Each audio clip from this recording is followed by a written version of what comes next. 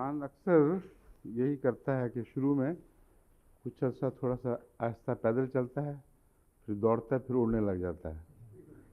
مگر اس رمضان کو تو لگتا ہے کوئی ایکسٹرا چابی مل گئی ہے، وہ زیادہ چابی دے دیتے ہیں نا، اتنا تیز گزرا ہے کہ حیرت ہوتی ہے۔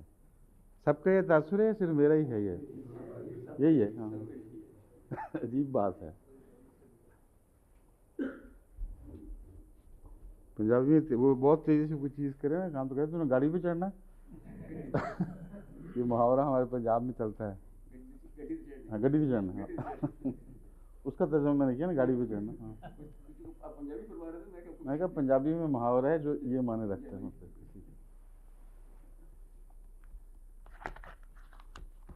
پہلے انفنشڈ بزنس۔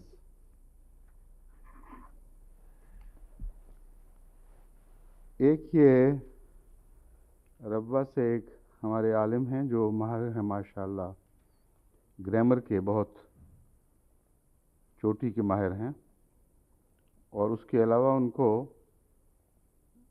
جو تجوید کا علم ہے اس کا بھی بہت شوق ہے، کافی گہرا مطالعہ ہے۔ لیکن ایک دفعہ اس سے پہلے بھی انہوں نے تجوید کے متعلق اپنے خیالات کا اظہار کرتے ہوئے یہ فرمایا تھا کہ تجوید کی جو علامتیں ہیں، جن میں سے میم، وقفہ وغیرہ، یہ ساری چیزیں تجوید کے تعلق میں ہیں۔ اصل تجوید تو ہے قرآن کریم کو صحیح تلفظ کے ساتھ پڑھنا، علم میں تجوید وہ ہے۔ اس علم کا نام پتہ نہیں تجوید ہے یا نہیں، مگر اس ضمن میں صحیح طریق پر ٹھہرنا، کہاں رکنا ہے کہاں نہیں رکنا، یہ مضامین ہیں۔ تو یہ تجوید مومن صاحب کو پتہ ہوگا؟ نہیں، اچھا تجوید آپ بتائیں اس علم کا نام کیا ہے؟ ایک تو تجوید ہے نا جو وسیع علم ہے، جس کا اس بات سے تعلق ہے قرأت اسی کی ایک شاخ ہے، اور تجوید کا مطلب ہے کس طرح کن مخارج سے کوئی حرف ادا ہونا چاہیے، اور ایک ہے قرأت، اس کے اصول ہیں وہ تجوید کے تابع ہی ہے دراصل۔ ایک تیسری بات یہ ہے کہ کہاں وقفہ کرنا ہے کہاں نہیں کرنا، یہ قرأت سے تعلق رکھتا ہے یا تجوید سے؟ تجوید سے ہی۔ اچھا، جو بھی علم ہے اس وقت وہ مبحث نہیں ہے۔ ایک علم یہ ہے کہ کون سی جگہ ٹھہرنا ہے کون سی جگہ نہیں، کہاں جلدی گزرنا ہے کہاں روک کے گزرنا ہے۔ ان صاحب کو میں نے اس وقت بھی سمجھایا تھا کہ آپ کا یہ خیال غلط ہے کہ تجوید کے یہ اصول آن حضرت صلی اللہ علیہ وآلہ وسلم نے بیان فرمائے ہیں، ہرگز ایسا نہیں ہے، بلکہ قرآن کریم میں جو تجوید آپ سمجھتے ہیں کہ رسول اللہ صلی اللہ علیہ وسلم کی ہدایت پر ہوئی ہے، وہ پرانے عرب قرآن کریم کے حوالے سے، سعودی عرب کے اب چھپے ہوئے قرآن کریم کے حوالے سے میں نے ثابت کیا کہ وہ جو ہمارے ملکوں میں رائج ہے نا، یہاں لا لا لا لا، قل اعوذ برب الناس ملک الناس الہ الناس من شر الوسواس الخناس، اس طرح پڑھنا ایک ہی دم میں، عرب قرآن کریم میں جتنے چھپتے ہیں ان میں نہیں ہے، اور بہت سی ایسی اور مثالیں دی تھیں، مگر وہ ایک شوق ہے بس غالب ہے ان کے اوپر، اور اس پر ان کا خاصا زور ہے، تو بعض دفعہ علم بھی خشکی پیدا کر دیتا ہے، تو لوگوں کو خشکی سے بچنا چاہیے۔ علم بہت اچھی چیز ہے مگر خشکی اچھی بات نہیں۔ یہ جو ان کی بات ہے یہ بھی خشکی سے کچھ تعلق رکھتی ہے، مجھے معلوم ہوتی ہے، اللہ معافی دے اگر یہ غلط ہے تو، مگر مجھ پر یہی تاثر ہے۔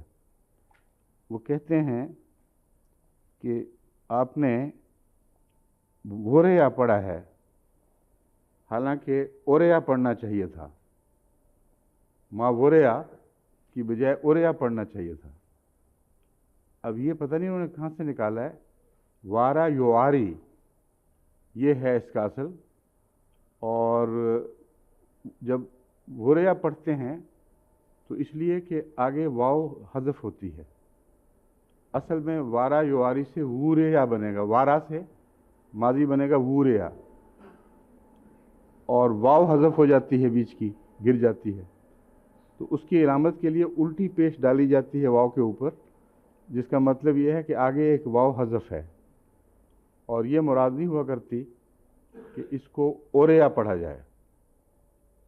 چنانچہ میں نے پھر ان کے کہنے پر عرب ممالک میں چھپے ہوئے قرآن کریم 3 دیکھے ہیں، ان سب میں واو کے اوپر سیدھی پیش ڈالی ہوئی ہے، الٹی بھی نہیں، لیکن درمیان میں چھوٹی سی واو ڈال کر یہ بتایا ہے کہ یہ واو پڑھنا نہیں، تلفظ وریا ہی ہے، لیکن یہ بیچ کی واو نہیں پڑھی جائے گی۔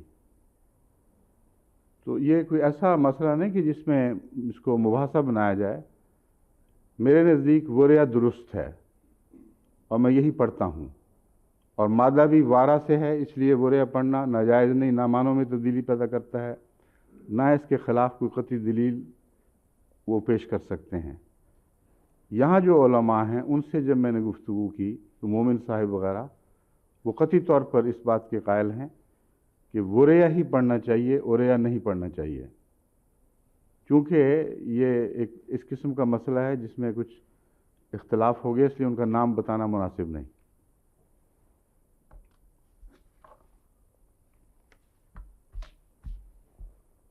دوسری بات مومن صاحب نے توجہ دلائی ہے ایک درستی کی، وہ درست ہے بالکل، ان سے مجھے پورا اتفاق ہے۔ وہ بھی دراصل الٹی پیش والا قصہ ہے، یہ عام لوگوں کو پتہ نہیں، اس لیے میں سمجھانا چاہتا ہوں کہ بعض جگہ قرآن کریم میں واو کے اوپر یا کئی مثالیں ہیں، مثلا یسوع میں الٹی پیش ہوتی ہے، بعض دفعہ سیدھی۔ اگر الٹی پیش نہ بھی ہو تو اصل یاد رکھیں کہ اس میں پڑھنے کا کیا طریق ہے طے شدہ۔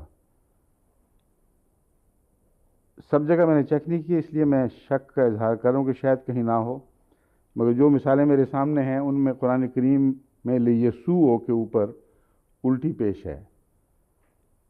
وہ کہتے ہیں، ہم نے مومن صاحب کہتے ہیں کہ میں نے سمجھا کہ آپ نے شاید یسوع پڑھا ہے، اور جب درستی کی تھی اس وقت بھی یسوع ہی پڑھا تھا، لیکن چونکہ الٹی پیش یہ ظاہر کر رہی ہے کہ واو حذف ہوئی ہے، اس لیے یسوع کی بجائے یسوع پڑھنا چاہیے تھا، واو حذف نہیں۔ وہ یہ کہتے ہیں یہ اگلا مسئلہ ہے، واو حذف نہیں ہوئی بلکہ نون حذف ہوا ہے، اصل میں نون مضارعہ کا ہے، یہ بات ان کی بالکل درست ہے۔ اتفاق ایسا ہے کہ جب میں یہاں سے درس کے بعد واپس گیا تو مجھے خود یاد آ گیا، جلدی میں تو ہمیں یاد نہیں آ رہا تھا کہ کیا ہے یہ یسوع کیوں نہیں ہے، پیش کیوں آئی ہوئی ہے، تو واپس آ کے یاد آ گیا کہ یہ تو مضارعہ کا یسوعون ہے، جس میں مضارعہ کی علامت نون گر جاتا ہے۔ اس کے بعد اگر یسوع کی واو نہ بھی لکھی جائے تو پڑھا جائے گا، اس کو یسوع نہیں پڑھا جائے گا، یسوع پڑھا جائے گا۔ تو مومن صاحب کے اس توجہ دلانے پر میں ممنون ہوں، ورنہ میرے ذہن سے اتر گئی تھی بات، اگر یہ توجہ نہ دلاتے تو یہ غلطی اس طرح رہ جاتی، اور کئی ہمارے احمدی پڑھنے والے میرے حوالے سے اس کو یسوع پڑھا کرتے۔ تو ایسی درستی بہرحال لازم ہے تاکہ غلطی کوئی راہ نہ پا جائے۔ اس کی انہوں نے مثالیں دی ہیں مومن صاحب نے بہت سی۔ یلوونا، یلوونا اصل میں ہے یلوونا، یا داؤدو میں یا داوودو تھا، تبھی واو پر الٹی پیش آئی ہوئی ہے، حذف شدہ واو کو دکھانے کی خاطر۔ اسی طرح یسوع اصل میں ہے اور یسوع لکھا جاتا ہے، مگر حمزہ کے اوپر الٹی پیش یہ بتا رہی ہے کہ آگے واو گر گئی ہے، کیونکہ یہی درستی ہے نا، یہ کچھ اور ہے۔ اچھا، نصیر قمر صاحب نے بھی اس کی تصدیق فرمائی ہے، وہ کہتے ہیں ایسی نطقی صاحب نطق ہو جاتی ہے، مگر انہوں نے زیادہ نرمی سے توجہ دلائی، صاحب نطق نہیں ہے، یہ واقعتاً گرامر کے غلط بیان کے نتیجے میں سوچی سمجھی غلطی ہے، یہ صاحب نطق نہیں بلکہ صاحب گرامر تھی اصل میں۔ اور جیسا کہ میں نے بیان کیا ہے، یہ تو مجھے خود بھی یاد آ گیا تھا، مگر یہ یاد نہیں رہا کہ درس پہ درست کراؤں اس کو۔ یہ 2 ہو گئے۔ ایک محمد احمد صاحب ہیں یہاں انگلستان میں، انہوں نے توجہ دلائی ہے کہ آج 26 فروری کے درس میں تفسیر میں آپ نے سلیکان کی پپڑیوں کا جو ذکر کیا تھا، وہ تو اس سے تو لگتا ہے کہ زندگی جو ہے سلیکان سے بنی ہے، اور حالانکہ کاربن بیس ہے اور کاربونک مٹیریل یعنی جس کو ہم آرگینک مٹیریل کہتے ہیں اس سے بنی ہے۔ مجھے تعجب ہے کہ میں نے کون سا ایسا فکرہ کہا تھا جس سے یہ نتیجہ انہوں نے نکالا ہے کہ ان آرگینک بیس ہے زندگی کا۔ بحث تو یہی چل رہی تھی کہ ان آرگینک بیس نہیں ہے، آرگینک بیس ہے، لیکن آرگینک بیس میں آغاز کیسے ہو گیا جبکہ زندگی خود آرگینک مادہ پیدا کرتی ہے جس میں کاربن ہونی چاہیے۔ عام طور پر کاربن آکسیجن ہائیڈروجن گروپ جو ہے یہ آرگینک بیس کا ایک لازمہ ہے، اور یہ مطلب ہرگز نہیں کہ اس کے علاوہ دوسری میٹلز نہیں ہوتی۔ کاربونک کمپاؤنڈز میں یا آرگینک کمپاؤنڈز میں میٹلز کا وجود ان کمپاؤنڈز کو ان آرگینک نہیں بنا دیتا۔ اب جنہوں نے لکھا ہے ان کے خون کے ہر ذرے میں آئرن کا ایک ایٹم یا مالیکول موجود ہے۔ اگر آئرن کی کمی ہو جائے تو خون ہی ختم ہو جاتا ہے۔ تو ذرا سا غور کرتے تو پتہ چلتا کہ میٹل کی موجودگی آرگینک کمپاؤنڈ میں اس نظریے کی نفی نہیں کرتی کہ زندگی لازماً آرگینک کمپاؤنڈ سے بنی ہوئی ہے۔ دوسری بات انہوں نے ایک اور بیان کی ہے ضمناً کہ وہ جو سلیکون کی کوئی وجہ نظر نہیں آتی۔ میں اب اس سلسلے میں ان کو بتانا چاہتا ہوں کہ یہ جو مسئلہ ہے اس سلسلے میں ان کو مزید مطالعے، کیونکہ خود یہ سائنٹسٹ ہیں، ان کو دوسرے سائنٹسٹ کو بھی یہ مطالعہ کرنا چاہیے، کیونکہ بہت ہی اہم مسئلہ ہے کہ زندگی کا آغاز کیسے ہوا اور آرگینک کمپاؤنڈز کیسے وجود میں آئے۔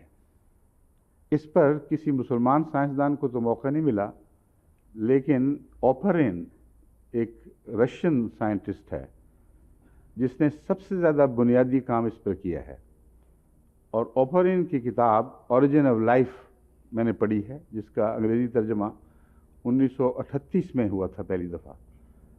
وہ پہلا تو نہیں مگر میرے ہاتھ ایک اس کے بعد کا ترجمہ آیا اور بہت شوق سے میں نے پڑھا۔ ایک تو اس میں یہ خوبی ہے کہ اس طرح مضامین بیان کرتا ہے کہ لے مین بھی اس کو سمجھ جاتا ہے، اور دوسرے دہریہ ہونے کے باوجود بظاہر یہی لگتا ہے کہ وہ دہریہ ہے، اتنے قطعی دلائل اتفاقات کے خلاف دیتا ہے کہ انسان حیران رہ جاتا ہے۔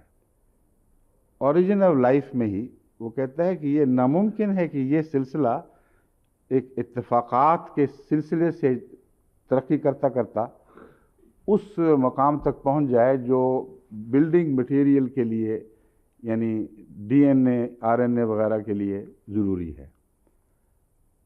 اس کی کتاب نے سائنسی دنیا میں ایک تہلکہ مچا دیا، اور اس کے بعد پھر مغربی دنیا میں توجہ پیدا ہوئی۔ مگر انگریز یہ کہتے ہیں کہ ہالڈین 1929 میں اسی مضمون پر انہی خطوط پر اپنی آزاد تحقیق کر چکا تھا، اور 1929 میں اس کی تحقیق شائع ہو گئی تھی، لیکن چونکہ اس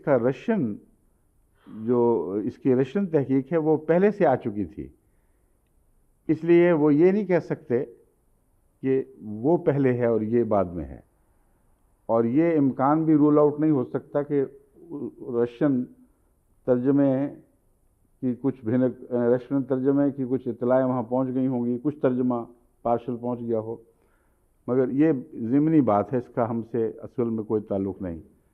یہ دو سائنسدان ہیں جنہوں نے آغاز زندگی پر چوٹی کی تحقیق کی، جو بنیاد بن گئی ہے دراصل بعد کی تمام تحقیقات کی۔ اس لیے ان کتابوں کا احمدی سائنٹسٹ کے لیے مطالعہ ضروری ہے، اور تاکہ بعد میں جو دوسرے سائنٹسٹ بہکے ہیں ان کی غلطیوں کو بھی پکڑ سکیں۔ ان کے نتیجے میں جو ایک کھیپ سائنٹسٹ کی تیار ہوئی ہے، اس میں سب سے زیادہ کام امریکہ میں ہوا اور یورپ میں بھی ہوا، مگر امریکہ میں بہت زیادہ۔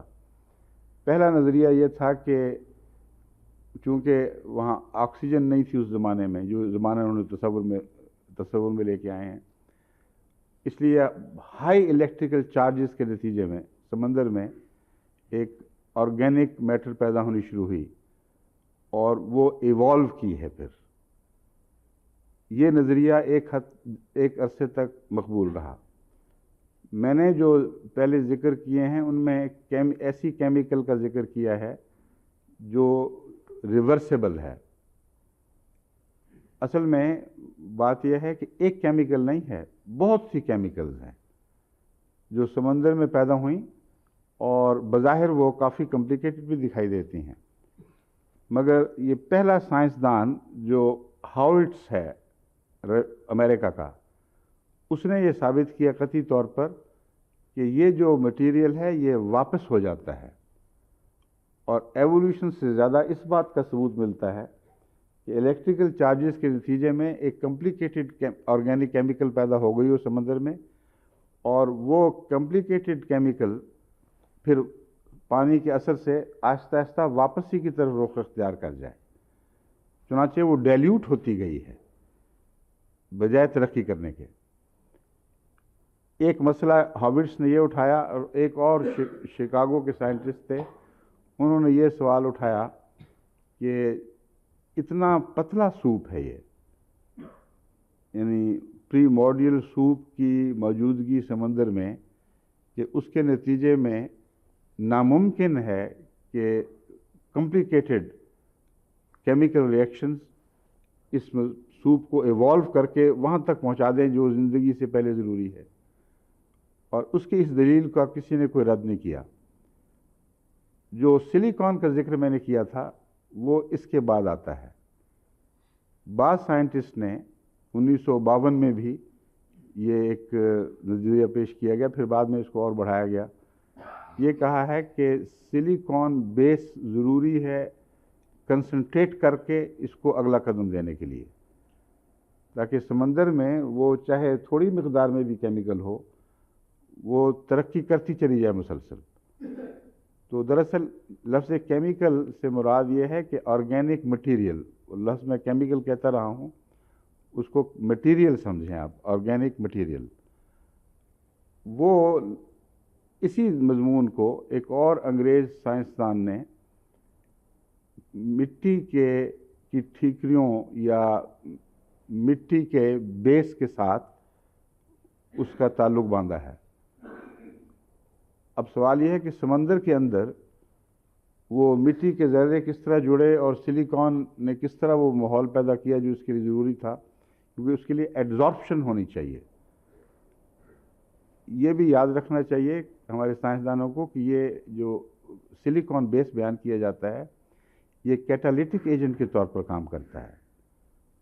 کیٹالسس پہلے یہ سمجھا جاتا تھا کہ صرف آکسیجن کے تعلق میں جو کیمیائی رد عمل ہیں ان کو آگے بڑھانے کے لیے جو میٹل اس میں حصہ لیتی ہے اور خود حصہ لینے کے باوجود عملاً آخری جو ماحصل ہے اس میں شامل نہیں ہوتی، اس کو کیٹالیٹک ایجنٹ کہتے ہیں. لیکن بعد میں یہ اصطلاح عام ہو گئی ہے. ہر وہ چیز جو ایک کیمیکل کو دوسری کیمیکل سے ملانے میں وہ جو کام کرتے ہیں نا، گو بٹوین، ایک رشتہ ایک طرف سے بات کی دوسرے ایک طرف کی، رشتے میں ان کا کوئی شمار نہیں ہوتا، لیکن رشتے جوڑنے کے ماہر ہوتے ہیں. تو خدا تعالیٰ نے ایسی میٹلز پیدا کیے ہیں جو اس چیز کی ماہر ہیں، دو کیمیکلز کے رشتے کروانے میں. ان کو نکال لو تو رشتے نہیں ہوں گے.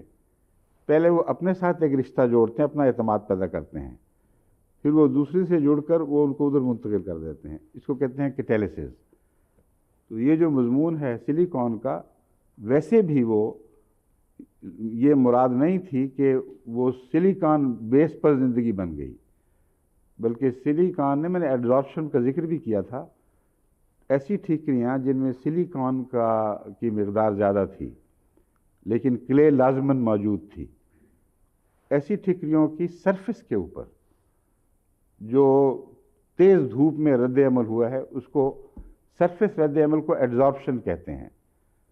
چنانچہ بہت سی آپ کو گیس کی جو آپ گولیاں کھاتے ہیں وہ جسم آپ کے تیزاب سے کوئی کیمیکل رد عمل نہیں دکھاتی، بلکہ ان میں آپ کے زائد تیزاب کی ایڈزارپشن ہوتی ہے، یعنی کیمیکل رد عمل نہیں ہوتا۔ یہ بھی کیمیکل رد عمل کے طور پر یہ ٹھیکریاں کام نہیں کرتی تھیں، بلکہ ایڈزارپشن کے طور پر ایک قسم کا کیٹالیٹک ایجنٹ بن کر نئی تبدیلیاں پیدا کرنے لگیں۔ یہ ہے عمومی بحث اس کی۔ جو معین میں نے بات کی تھی اس کا حوالہ مجھے ابھی تک ملا نہیں، ہم تلاش کر رہے ہیں۔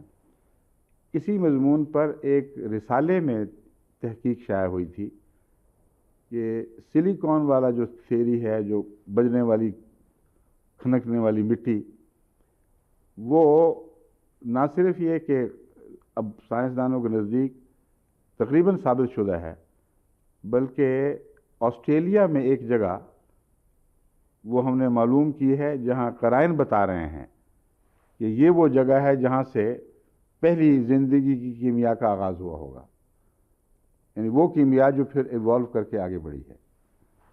اب اس ضمن میں میاں انس احمد صاحب علیہ سوال کا جواب مزید یہ دیتا ہوں کہ قرآن کریم نے جو یہ فرمایا ہے کہ ہمہ مسنون سے وہ ٹھیکری بنائی گئی، یہ ایک بہت ہی لطیف بات یہ ہے جس کو مد نظر رکھنا چاہیے کہ زندگی کا وہ مادہ، یعنی زندگی پیدا کرنے کی کیمیا کا وہ مادہ جو سمندر میں بنا تھا، وہ اس لیے ترقی نہیں کر سکتا تھا کہ بہت ہی پتلا تھا،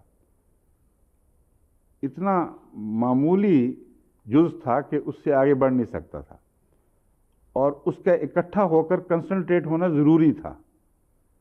تو سائنسدان صرف یہ نہیں کہتے کہ اس نے کیٹالیٹک ایجنٹ کے طور پر کام کیا ہے، وہ کہتے ہیں بہت سی کیمیکل جو کافی ڈیولپ بھی ہوئی ہیں بجلی کے اثر، بجلی وغیرہ کے کوندوں کے اثر سے، وہ جب باہر نکلی ہیں تو وہاں ان کو کنسنٹریٹ ہونے کا موقع ملا ہے، اور جب وہ مختلف ڈیکیڈ میٹر آرگینک کنسنٹریٹ ہو تو اسی کو بسا ہوا کیچڑ کہا جاتا ہے۔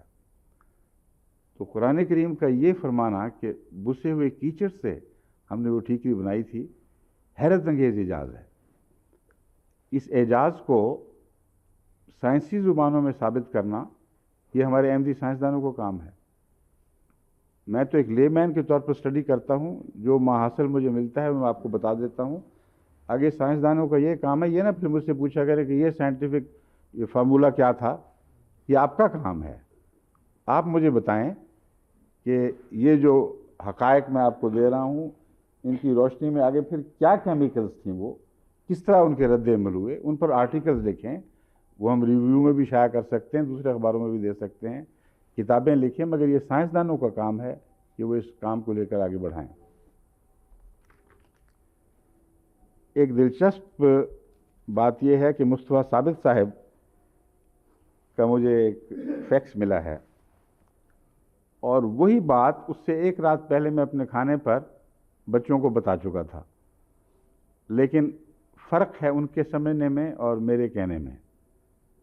انہوں نے کہا جو آپ تکرار کی بات کر رہے تھے، حضرت موسیٰ کی زندگی میں تکرار ملتی ہے، تو لطیفہ یہ ہے کہ فرعون کو بھی 2 نبی ملے، ایک سے نہیں بلکہ 2 نبیوں سے واسطہ پڑا۔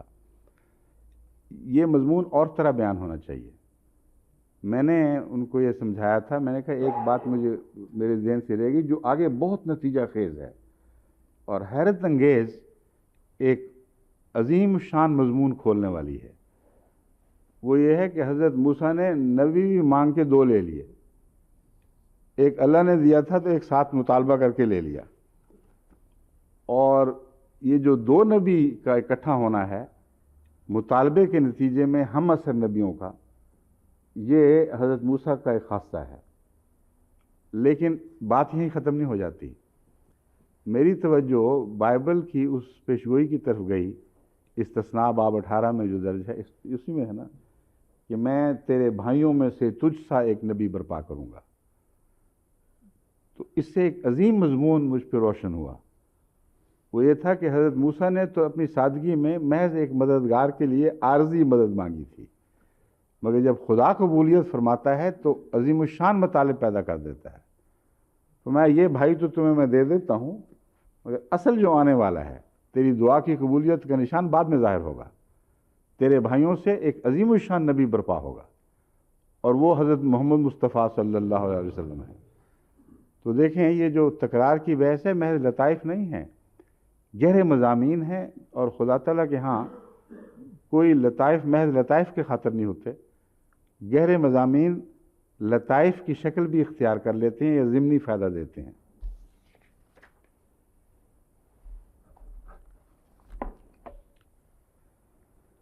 اعوذ باللہ من الشیطان الرجیم، بسم اللہ الرحمن الرحیم،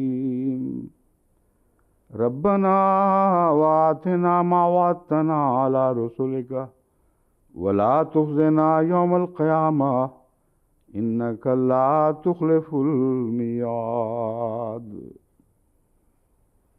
اے ہمارے رب، اور ہمیں دے جو تو نے وعدہ فرمایا اپنے رسولوں کے ہاتھوں، رسولوں پر وعدہ فرمایا یعنی رسولوں کے ذریعے ہم سے وعدہ کی، ہمارے متعلق وعدہ فرمایا۔ ما وعدتنا، وعدہ ہم سے کیا، روشن کس پہ کیا وہ وعدہ؟ رسولوں پر، یعنی سابق میں جو رسول گزرے ہیں ان کی زبانی تو نے ہمارے لیے یہ پیغام بھیجا ہے، ایک وہ وعدہ پورا ہو جائے، اس میں کوئی کمی نہیں ہونی چاہیے، یہ دعا ہے، ورنہ ہم قیامت کے دن ذلیل اور رسوا ہو جائیں گے۔ انک لا تخلف المیعاد، یقیناً تو وعدے ضرور پورے کیا کرتا ہے۔ اس طرز کلام نے کچھ سوال اٹھا دیے ہیں جن کا مفسرین نے مختلف رنگ میں جواب دیا ہے۔ سب سے پہلے تو تخلف المیعاد کا مضمون ہے۔ اس میں خلف کس کو کہتے ہیں؟ پیچھے کو بھی کہتے ہیں اور ردی چیز کو بھی خلف کہتے ہیں۔ تو کسی خلف من بعدہم خلف، جیسے قرآن شریف میں آتا ہے، انہوں نے اس کے بعد ایسے لوگ پیچھے چھوڑے جو نکمے اور بیکار تھے، مگر یہاں لفظ خلف پیچھے آنے والوں کے معنوں میں ہے صرف۔ یہ تو کثرت سے استعمال ہونے والا عام طور پر لوگوں کو علم ہے۔ سوال یہ ہے کہ وعدہ خلافی کے ساتھ اس مضمون کا کیا تعلق ہے؟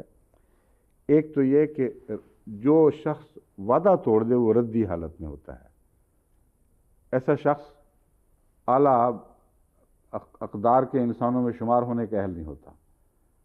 اور دوسرا، وعدے کو ٹالنا بھی دراصل وعدہ خلافی ہوتی ہے، بے وجہ اس کو پیچھے پھینکتا چلا جائے آدمی، تو بالآخر وہ پورا ہو یا نہ ہو مگر وہ بھی دراصل وعدہ خلافی ہے۔ اگر ایک انسان وعدہ پورا کرنے کی اہلیت حاصل کر لے تو پھر مزید تاخیر نہیں ہونی چاہیے۔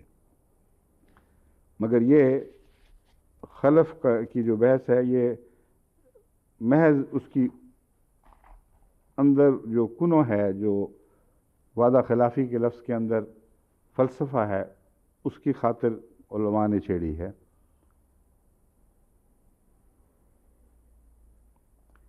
کہتے ہیں اسی طرح خلفہ لفظ نکلا ہے، الخلفہ، تو مراد یہ ہے کہ خلفہ کے معنی ہیں جگہ لینا، آگے پیچھے آنے والا، جیسے هو الذی جعل اللیل والنہار خلفتاً، تو ایک دوسرے کی جگہ لیتا ہے، وہ بھی یعنی بعد میں آنے والے مراد ہے۔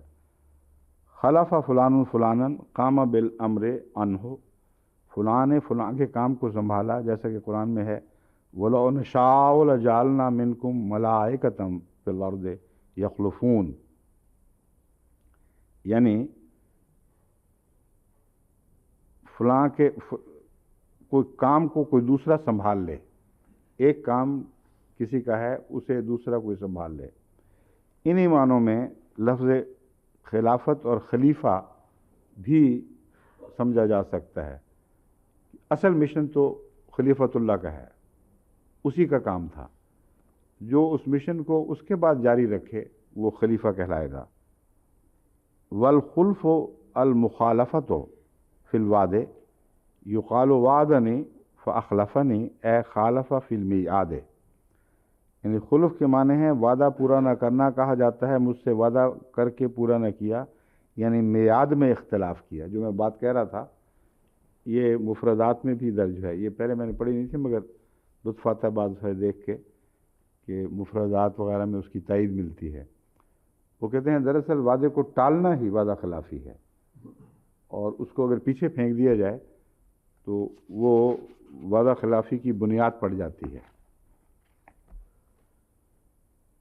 المیعاد کا ذکر کھلم کھلا قرآن کریم میں ہے، لا تخلف المیعاد، الوعد یکون فی الخیر والشر، وعدہ کا لفظ خیر اور شر دونوں کے لیے استعمال ہوا ہے، والوعید فی الشر خاصہ، اور وعید کا لفظ محض نقصان والے پہلو سے تعلق رکھتا ہے، جس میں کسی شخص کو دھمکی دی جائے، اس کو متنبع کیا جائے، عواقب سے باخبر کیا جائے، سزا کے متعلق متنبع کیا جائے کہ اگر یہ کام نہیں کرو گے تو سزا ملے گی۔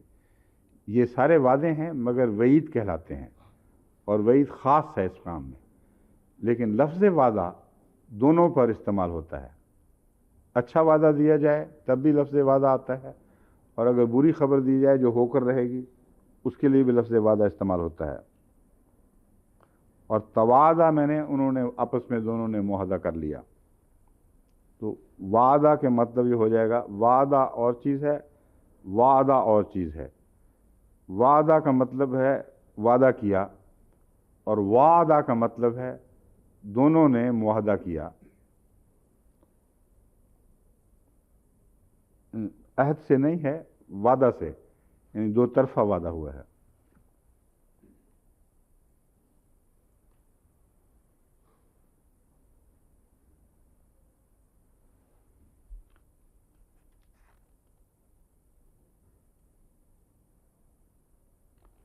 اس میعاد کے معنوں میں حضرت امام راغب فرماتے ہیں، قال اللہ فجل بیننا و بینک موعدا قل لکم میعاد یوم۔ تو یہاں وعدہ کا صرف مفہوم نہیں ہے بلکہ مدت معینہ کا ذکر ہے کہ ہمارے درمیان ایک وقت مقرر طے ہو گیا ہے۔ ان معنوں میں قرآن کریم لفظ میعاد کو استعمال کرتا ہے۔ اب حضرت امام راضی یہ سوال اٹھا رہے ہیں، الخلف فی وعد اللہ محال فکیف طلبوا بالدعاء ما علموا انہ لا محالۃ واقع۔ کہتے ہیں اللہ تعالیٰ کی طرف سے تو وعدہ خلافی کا کوئی سوال ہی پیدا نہیں ہوتا، پھر دعا یہ کیوں سکھا دی کہ اے خدا وعدہ خلافی نہ کرنا، جبکہ مومن جب یہ دعا کرتے ہیں تو ان کو پتہ ہے کہ ہو ہی نہیں سکتی وعدہ خلافی، تو یہ کیا وجہ ہے؟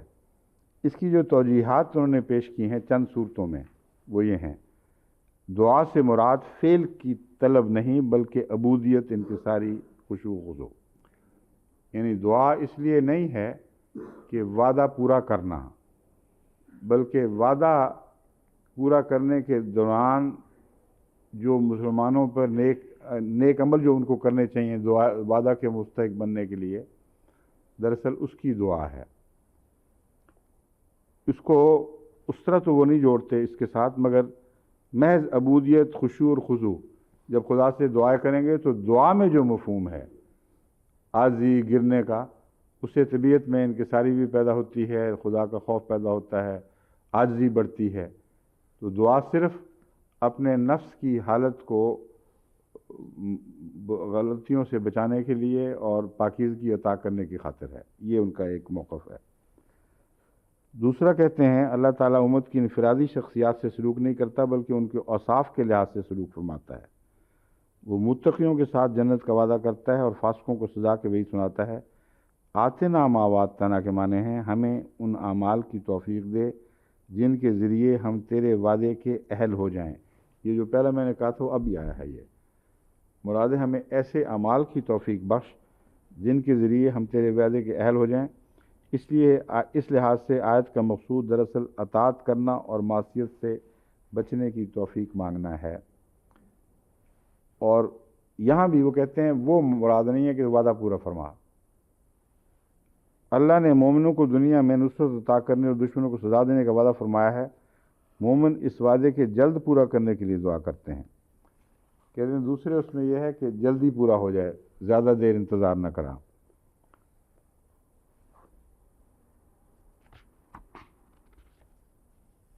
اور کوئی اس مضمون پہ قابل ذکر بات ہے تو بتاتا ہوں۔ ربنا کی بحث ہے. ربنا جو لفظ ہے یہ اپنی ذات میں ہی ایک مکمل دعا ہے، اور بعض بزرگوں نے یہ بھی لکھا ہوا ہے کہ اگر 5 دفعہ خالی ربنا کہہ دو تو ساری مشکلات حل ہو جاتی ہیں. یہ ٹوٹکے ہیں. دراصل ربنا اپنی ذات میں مکمل دعا یہ درست ہے. چنانچہ جب ہم سمع اللہ لمن حمدہ کا جواب دیتے ہیں تو دعا یہ کرتے ہیں ربنا ولک الحمد. واو کیسی ہے آگے بیچ میں؟ اگر واو نہ ہوتی تو یہ مطلب تھا اے ہمارے رب تیری ہی لی ہے یہ ساری حمد ہے، کامل حمد، مکمل، بہترین، اصل، سب ہم تیرے لیے ہے. لیکن واو نے تعلق توڑ دیا ربنا کا بعد کے فقرے سے. تو اس کی اصل وجہ یہ ہے کہ ربنا دراصل میں مکمل دعا ہے.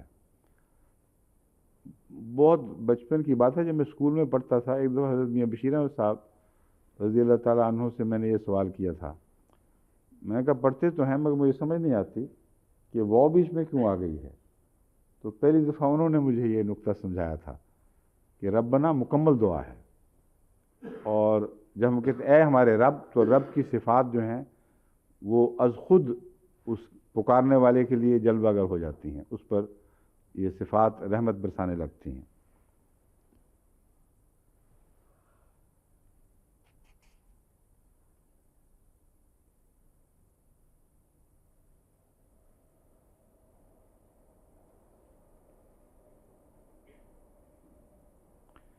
ایک روایت ہے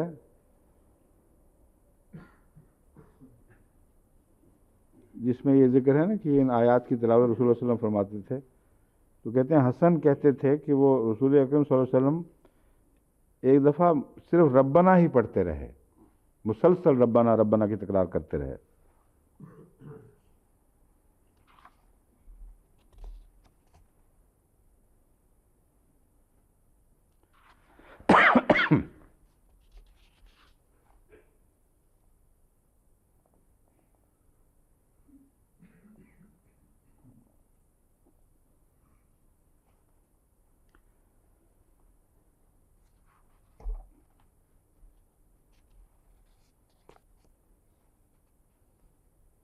یہاں بھی ان اسباب کے مہیا ہونے کی توفیق ہے، یہ تفسیر کشاف میں درج ہے، جو ایفائے وعدہ کے لیے ضروری ہیں وہ اسباب ہمیں مہیا فرما دے.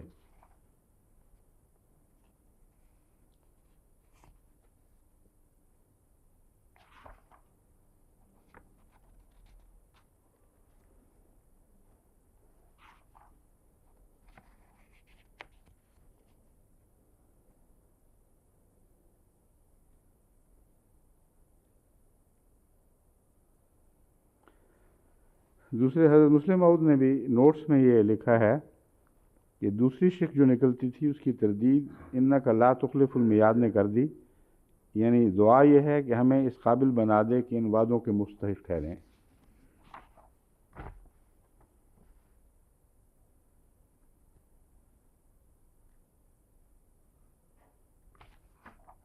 اچھا، اب واپس اس آیت کی طرف آتے ہیں. ربنا و آتنا ما وعدتنا علی رسل کا کہ آیت پر غور سے تعلق میں اس سے پہلی آیت کہاں ہے؟ ہاں، اس سے پہلی آیت کو ذہن نشین رکھنا چاہیے. ربنا انک من تدخل النار فقد اخزیتہ وما للظالمین من انصار. پہلی آیت اس سے ہے 194، یہ 195 ہے. ربنا اننا سمعنا منادیا ینادی للایمان ان آمنوا بربکم فآمنا ربنا فاغفر لنا ذنوبنا وکفر عنا سیئاتنا وتوفنا مع الابرار. اس دعا سے ایک بات تو قطعی طور پر ثابت ہو گئی کہ اگر یہ دعا مقبول ہو جائے تو جو لوگ یہ دعا مانگ رہے ہیں وہ ابرار کے ساتھ وفات پائیں گے.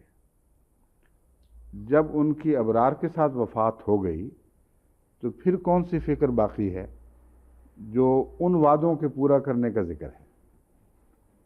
یہ بحث ہے اصل.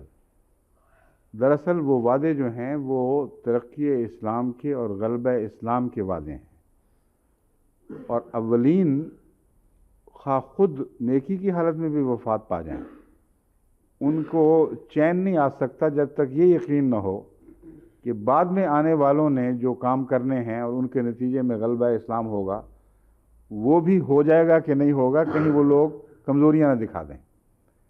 تو یہ دعا دراصل آنے والوں کے لیے ہے۔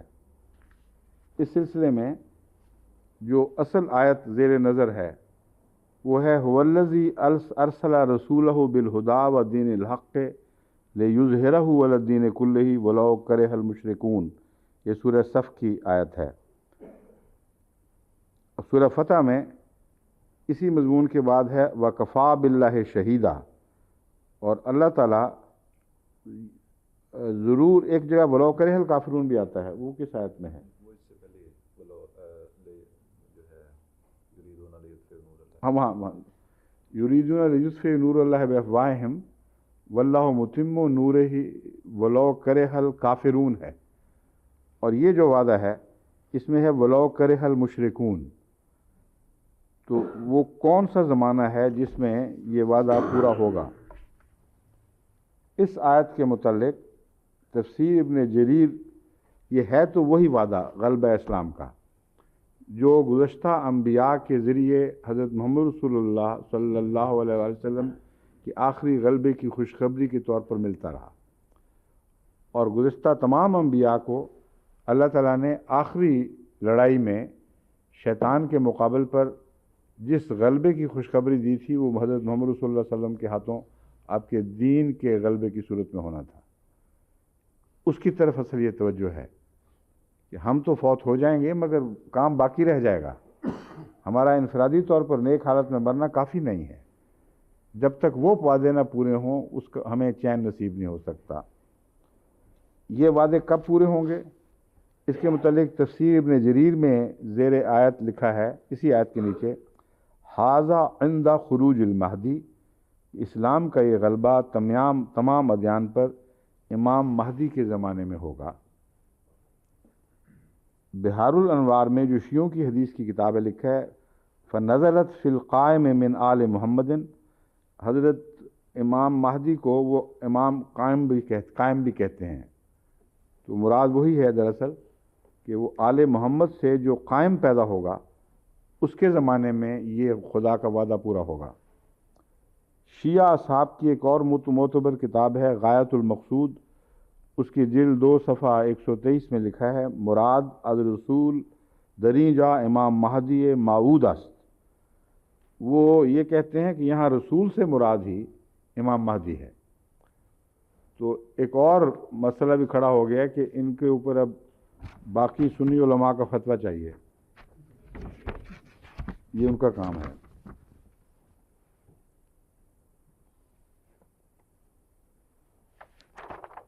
بس حقیقت یہی ہے کہ چونکہ رسول اکرم صلی اللہ علیہ وسلم کے اولین دور میں غلبہ اسلام ان معنوں میں نہیں ہوا جن معنوں میں قطعی خوشخبری دی گئی تھی، اس لیے یہ حوالے ہوں یا نہ ہوں، خدا تعالیٰ کی تقدیر کی واقعاتی شہادت اس کے سوا کوئی نتیجہ نکالنے پر کی گنجائش ہی نہیں رکھتی، کہ چونکہ وعدہ ضرور پورا ہونا ہے اس لیے پہلے زمانے میں اگر نہیں ہوا تو اس کا زمانہ بعد کا مقدر ہے، اور بعد کے زمانے میں وہ کون شخص ہو سکتا ہے جس کے زمانے میں ہو سوائے عیسیٰ علیہ السلام کے نزول اور مہدی کے زمانے کے کوئی تیسرا زمانہ متصور ہی نہیں ہو سکتا، کیونکہ فیض عوج آ جاتا ہے، اندھیروں کی راتیں آ جاتی ہیں، اسلام ترقی کرتے کرتے رک جاتا ہے، پھر مسلمانوں کا قدم تنزل کی طرف جاتا ہے، اسلام وہیں کھڑا رہ جاتا ہے۔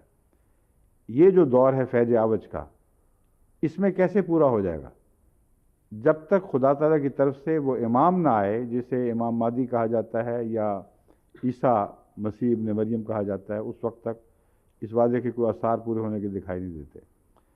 بس یہ جو دعائیں ہیں یہ اس زمانے کے متعلق ہیں، اور تخلف المیعاد کا مضمون جو ہے وہ قرآن کریم میں اس طرح ملتا ہے کہ خدا تو وعدے پورے نہیں کرتا، خلافی نہیں کرتا، وعدہ خلافی کبھی بھی، لیکن خدا کے وعدے مشروط ہوتے ہیں، اور ان مشروط وعدوں سے متعلق سورہ بقرہ کی 41 آیت یہ بیان کرتی ہے یا بنی اسرائیل اذکروا نعمتی التی انعمت علیکم اوفو بے عہدی اوفے بے عہدکم و ایایا فرحبون، تم اگر عہد پورا کرو گے تو میں عہد پورا کروں گا، ورنہ یہ نہ سمجھ لینا کہ وعدے ہیں تو وعدہ خلافی کا سوال ہی نہیں۔ وعدہ خلافی اگر کوئی کرتا ہے تو لوگ کرتے ہیں۔ تو مراد یہ ہے کہ ہمیں جب وہ دور آئے گا جب اسلام کے غلبے کے دن مقدر ہیں، اس وقت جو لوگ بھی محمد رسول اللہ علیہ وسلم کی نمائندگی کریں گے ان کو ایسے اعمال کی توفیق نہ دینا کہ تیرے نزدیک وہ عہد شکن ثابت ہوں۔ تو بہرحال عہد پورا کرتا ہے، لیکن اس کے نتیجے میں ضمانت کوئی نہیں ہے کہ ضرور ایسا ہوگا، کیونکہ عہد شکنوں کے لیے تیرا عہد نہیں پہنچتا، تیرے عہد کا فیض ان کو نہیں پہنچتا۔ یہ مضمون ہے جس سے یہ دعا مکمل طور پر سمجھ آتی ہے، ربنا آتنا ما وعدتنا علی رسلک ولا تخزنا یوم القیامہ۔ ہم مر کے نیک ہو کے چلے جائیں گے، آگے جا کے بعد میں آنے والے ہمیں شرمندہ کرا دیں۔ یہ مراد ہے کہ یہ سب سے نیک لوگ جو پیدا ہوئے تو رسول اللہ علیہ وسلم کے زمانے میں پیدا ہوئے، لیکن وعدوں کا وقت بعد کا ہے۔ وہ نسلیں آئیں اور ہم دیکھیں کہ انہوں نے کوتاہی کی تھی اور اس کے نتیجے میں اسلام کے حق میں وہ وعدے اس شان سے پورے نہیں ہوئے۔ پورے تو ہونے تھے ہمارے عہد پر قائم رہنے کے نتیجے میں، بس خدا تو نہیں کرتا، ضرور ہم نے کی ہوگی غلطی، یہ مراد ہے۔ تو اس لیے اس دعا پر آج کل خصوصیت سے جماعت احمدیت کو بہت زور دینا چاہیے۔ غلبہ اسلام کے جو وعدے ہیں وہ اب ہمیں اپنی آنکھوں کے سامنے پورے ہوتے دکھائی دینے لگے ہیں۔ جس طرح اللہ تعالیٰ کے فضل نازل ہو رہے ہیں تمام دنیا پر، اسلام کی طرف توجہ ہو رہی ہے، جماعت احمدیہ کو غیر معمولی خدمت کی توفیق مل رہی ہے۔ تمام مسلمان مل کر اتنے غیر مسلموں کو مسلمان نہیں بنا سکتے جتنے جماعت احمدیہ کی چھوٹی سی جماعت بناتی ہے، ان سے کئی گنا، 20 گنا زیادہ بنا رہی ہے۔ تو جن کے کندھوں پر یہ ذمہ داری ڈالی گئی ہے، خدا نے وعدہ پورا کرنے کا آغاز فرما کر بتا دیا کہ اللہ کی نظر میں اس وقت تک تو خدا کے فضل کے ساتھ جماعت احمدیہ عہدوں کو پورا کرنے والی ہے۔ اگر عہد شکن ہوتی تو یہ جو غلبہ اسلام کے آثار ہمارے ہاتھوں سے ظاہر ہو رہے ہیں یہ کبھی نہ ہوتے۔ بس یہ خوشخبری ہے بہت بڑی، جہاں تنبیہ ہے وہاں خوشخبری بھی ہے۔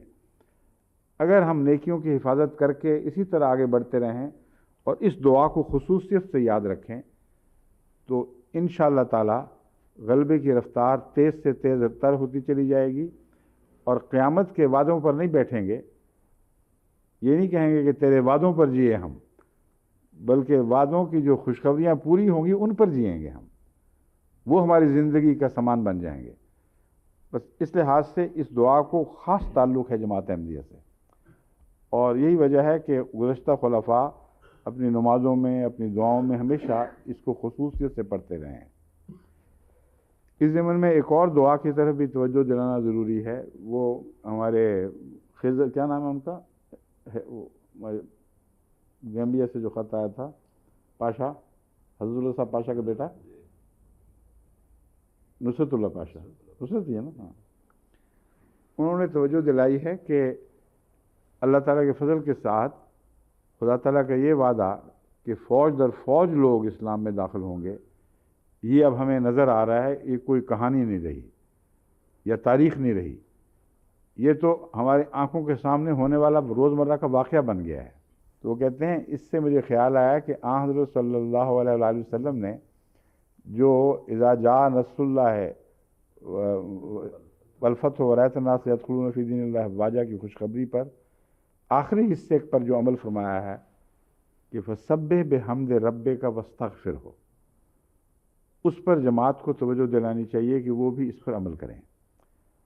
اور کس طرح کریں، اس میں ایک انہوں نے حدیث لکھی تھی، میں نے مطالعہ کر اور حدیث کی چھان بین کروائی ہے، 2-3 دعائیں ملتی ہیں اس طرز کی مانگی گئیں، ان میں جو سب سے آسان اور ایسی جس پہ کسی کو یاد کرنے کی کوئی محنت بھی نہیں کرنی پڑے گی اور مکمل ہے، وہ ہے سبحانک اللہم ربنا و بحمدک، سبحانک اللہم و بحمدک تو پڑھتے ہی ہیں سارے نماز میں، تو نماز کے پہلا آغاز ہی اس سے ہوتا ہے، اس لیے یہ دعا جو ہے بڑی آسان ہے اور یاد رکھنے کے قابل ہے۔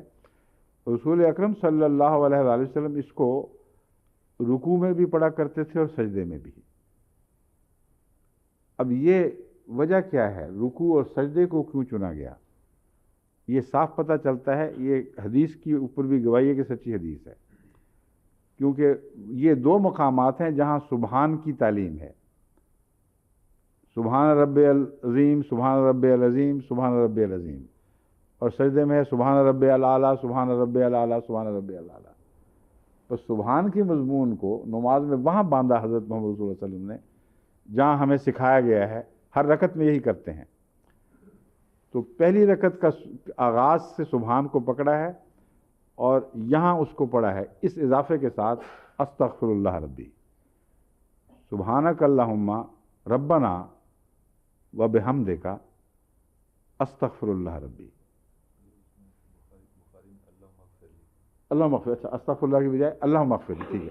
بخاری کی جو حدیث جس سے ہم نے لیا تھا اس میں استغفر اللہ ربی کی بجائے اللہم اغفر لی ہے، تو یہ دعا ہے مکمل، سبحانک اللہم ربنا و بحمدک اللہم اغفر لی، اے میرے اللہ مجھے بخش دے۔ تو یہ یاد رکھنا کچھ مشکل نہیں، اس کو اپنا دستور بنا لیں اور رکوع میں اور سجدوں میں اس دعا کو یاد رکھا کریں۔ پھر جو ہے نا لا تخلف المیعاد والی بات، وہ زیادہ قریب، اور بھی زیادہ ہمارے قریب آ جائے گی انشاءاللہ۔ اس میں ابھی رہتا ہے نہیں؟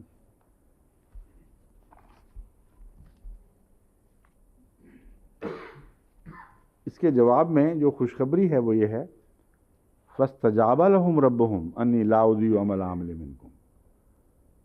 تو اللہ نے دعا بھی سکھائی اور اطلاع کر دی کہ میں نے قبول کر لی ہے، تو ان لوگوں کے حق میں یہ دعا قبول ہو گئی، لیکن دعا قبول ہونے اس لیے قبول ہوئی ان لوگوں کے حق میں کہ وہ کام کرتے تھے جو بندوں پر ان کے عہد کے طور پر لازم تھے۔ یہ دلچسپ مضمون ہے جس کا مطلب یہ ہے کہ اس کا یہ صرف مطلب کر لینا کہ وہ وعدے بعد میں آنے والوں کی صورت میں پورے ہوں گے مکمل طور پر، یہ درست نہیں ہے۔ یہ مطلب کرنا کہ ان کے حق میں بھی پورے ہوں گے، اور وہ خوشخبری جو ہے کل عالم پر اسلام کا غلبہ، یہ بعد کے دور سے، یہ درست ہے، مگر جو پہلے دور کے وعدے ہیں ان سے بات آگے چلے گی، وہاں سے گزر کر پھر اگلا زمانہ آئے گا، پہلے دور تو خالی نہیں گزر جائے گا۔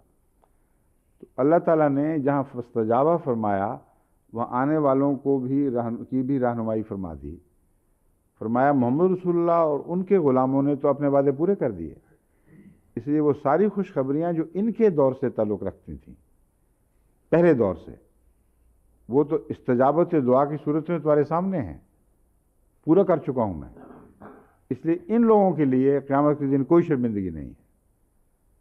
لیکن ہمیں یہ سمجھا دیا کہ کیوں خدا نے ان کے حق میں وعدہ پورا فرمایا ہے، آگے تفصیل بیان فرمائی ہے۔ اور انسا، یہ خواہ کوئی مرد ہو خواہ عورت ہو، میرا یہ فیصلہ ہے کہ میں ان میں سے کسی کا عمل ضائع نہیں کروں گا، اور ان لوگوں نے نیک اعمال کی صورت میں مجھ سے یہ دعا قبول کروائی ہے، یہ مطلب ہے۔ بعضکم من بعض، تم میں سے بعض سے تعلق رکھتے ہیں۔ فالذین ہاجروا واخرجوا من دیارہم، پس وہ لوگ جنہوں نے ہجرت کی یا اپنے گھروں سے نکالے گئے۔ دیار وطن کو بھی کہتے ہیں، گھر کو بھی کہتے ہیں، کسی بستی کو بھی دیار کہہ سکتے ہیں۔ غریب الدیار کہتے ہیں جو بے وطن ہو چکا ہو۔ وَأُوذُوا فِي سَبِيلِي، اور میری راہ میں ان کو تکلیفیں دی گئیں۔ وَقَاتَلُوا وَقُتِلُوا، انہوں نے قتال کیا اللہ کی راہ میں، وَقُتِلُوا، اور وہ قتل بھی، شہید بھی ہوئے۔ لَأُكَفِّرَنَّ عَنْهُمْ سَيِّئَاتِهِمْ، میں ان کی برائیاں ان سے دور کر دوں گا۔ وَلَأُدْخِلَنَّهُمْ جَنَّاتٍ تَجْرِي مِن تَحْتِهَا الْأَنْهَارُ، اور میں ان کو ضرور ان جنتوں میں داخل فرماؤں گا جن میں ان کے نیچے ان کے دامن میں نہریں بہتی ہیں. ثوابم من عند اللہ، یہ اللہ کی طرف سے ثواب ہے. واللہ عندہ حسن الثواب، اور اللہ کے پاس بہترین ثواب ہے. اس آیت کی مزید تشریح سے پہلے میں آپ کو پھر حسب سابق پہلے ان لغت کی کتابوں کے حوالے دوں گا، پھر تفسیر کے کچھ حوالے پیش کروں گا کہ پہلے لوگوں نے کیا کہا ہے اس کے متعلق. ازاش شیع کہتے ہیں احملہ و اہلکہ کضایعتہ، اس نے کسی چیز کو اپنی جاگیر کی طرح ضائع کر دیا. ما کان اللہ لیضیع ایمانکم اضاعوا الصلاۃ صلوها فی غیر وقتہا. یہ مختلف معنی انہوں نے کیے ہیں. مطلب ہے نماز ضائع کرنے کا مطلب ہے بے وقت نماز پڑھی جائے. اور آج کل یورپ میں اور مغربی دنیا میں خصوصیت سے یہ آیت توجہ کے لائق ہے، کیونکہ یہاں اوقات کے تقاضے ایسے ہیں کہ جن کے نتیجے میں خدا کے قائم کردہ اوقات کے تقاضے بعض دفعہ لوگ نظر انداز کر دیتے ہیں. دنیا کے تقاضے پورے کر دیتے ہیں اور خدا کے تقاضے چھوڑ دیتے ہیں. یہ نماز کو ضائع کرنے والی بات ہے. حضرت صلی اللہ علیہ وآلہ وسلم نے جو ویسٹفل اخراجات ہیں، فضول، ان کے لیے بھی اس کا لفظ استعمال فرمایا، اضاع فرمایا ہے اس کو. یعنی ایسے اخراجات جو نقصان دہ ہیں، ویسٹ ہیں، فضول خرچیاں ہیں، اللہ کی منشاء کے خلاف ہیں. ذات شیء کا معنی مفردات راغب نے کسی چیز کا ہلاک اور تلف ہونا دیا ہے. دیار کی بحث میں وہی مضمون ہے جو میں پہلے پیش کر چکا ہوں. کہتے ہیں دارا یدورو سے نکلا ہے لکثرت حرکات الناس فیہا، کہ دار اس جگہ کو کہتے ہیں جہاں زندگی مشغول دکھائی دے. یعنی سویلائزیشن کے نتیجے میں جب اکٹھے لوگ رہتے ہیں تو اعمال میں حرکت آتی ہے، تجارت ترقی کرتی ہے، میل جول بڑھتا ہے. تو دور سے ہے اصل میں، اور دور کہتے ہیں کسی چیز کے گھومنے کو اور حرکت میں آنے کو. تو اس سے لفظ دیار نکلا ہے. جہاں زندگی بہت متحرک دکھائی دے اس جگہ کو دار کہا جاتا ہے. بہر یہ تو معمولی سی بات ہے. میں کل انشاءاللہ درس پہ آپ کو بتا دوں گا کہ یہ جن کیا ہے، مگر بات بڑی اچھی لکھتے ہیں یہ ماشاءاللہ. پھر تہذیب کلو موضع حل بہی قوم فہو دارہم، ہر وہ جگہ جہاں قوم کہیں اترتی ہے، پڑاؤ کرتی ہے، وہ بھی دار ہے. الدنیا دار الفنائے والآخرت دار البقائے و دار القرار. الدار البلد من المجاز الدار القبیلۃ. کہتے ہیں ویسے تو شہر ہی ہے عام طور پر، لیکن بعض دفعہ قبیلے کو بھی دار کہتے ہیں. دیار الدار المنزل اعتبارم بدوران الذی لہا بالحائط. مکان کو کہتے ہیں کیونکہ وہ چار دیواری سے گھرا ہوا ہوتا ہے. تو دور ہے نا گھومنے کا، تو اس کا احاطہ ہے. وقیل دارتن و جمعھا دیارن، اسے دارتن بھی کہا جاتا ہے اور اس کی جمع ہے دیار. ثم تسمى البلدۃ دارن. آگے لفظ ہے کوئی وسطو لکھا ہوا ہے، دارن کیوں جی؟ ستو ہی ہے، کچھ اور ہے.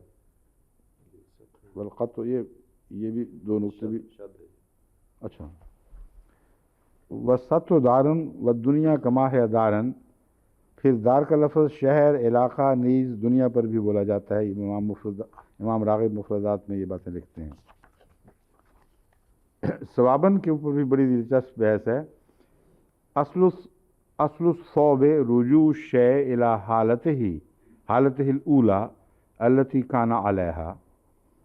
کہتے ہیں صوب کا اصل لفظ جو صوب اور ثواب جس سے نکلتا ہے اور کپڑا، اس کا اصل معنی جو بنیادی ہے عربی میں وہ تو ہے اپنی اصلی حالت کی طرف لوٹ جانا. تو اس سے یہ آگے لفظ پھر کیسے نکلے؟ کپڑے کو کیوں صوب کہا جاتا ہے اور ثواب کا کیا تعلق ہے اس مضمون سے کہ اپنی اصلی حالت کی طرف لوٹ جائے؟ یا اس سے وہ نتیجہ حاصل ہونے کے لیے بھی ہے جو غور و فکر سے حاصل کرنا مقصود ہوتا ہے؟ اس کو تو چھوڑیں. صاب فلان الی دارہ، کہتے ہیں صاب فلان الی دارہ، اپنے گھر لوٹ آیا. تو گھر کی طرف ہی سارے لوٹتے ہیں، جہاں جو اصل جگہ تھی. سفر عارضی چیز ہے، گھر دائمی چیز ہے. صابت الی نفسی، سانس لوٹ آئی. سانس باہر نکلے واپس نہ آئے، پھنسی ہوئی ہو، واپس آ جائے تو کہتے ہیں میری سانس لوٹ آئی. کہتے ہیں الثوب سمی بذلک لرجوع الغزل الی الحالۃ التي قدرت له، کسی چیز سے مقصد حاصل ہونے کے اعتبار سے کپڑے کو ثوب کہا جاتا ہے، کیونکہ سوت کاٹنے سے غرض کپڑا بننا ہوتا ہے. لہذا کپڑا بن جانے پر گویا سوت اپنی حالت مقصودہ کی طرف لوٹ آتا ہے. وقضا ثواب العمل، اور اسی طرح ثواب العمل کا محاورہ ہے. مراد یہ ہے کہ کپڑے کو ثوب اس لیے کہتے ہیں کہ سوت جو کاتا گیا اس کا مقصد کپڑا بنانا تھا. اگر خالی سوت پڑا رہے تو وہ اپنے اس مقصد سے دور پڑا رہتا ہے جس کی خاطر اسے بنایا گیا تھا. جب اس کو کپڑے کی صورت میں بن دیتے ہیں تو اپنے مقصود کو پا لیتا ہے. ان معنوں میں کپڑے کو ثوب کہا جاتا ہے.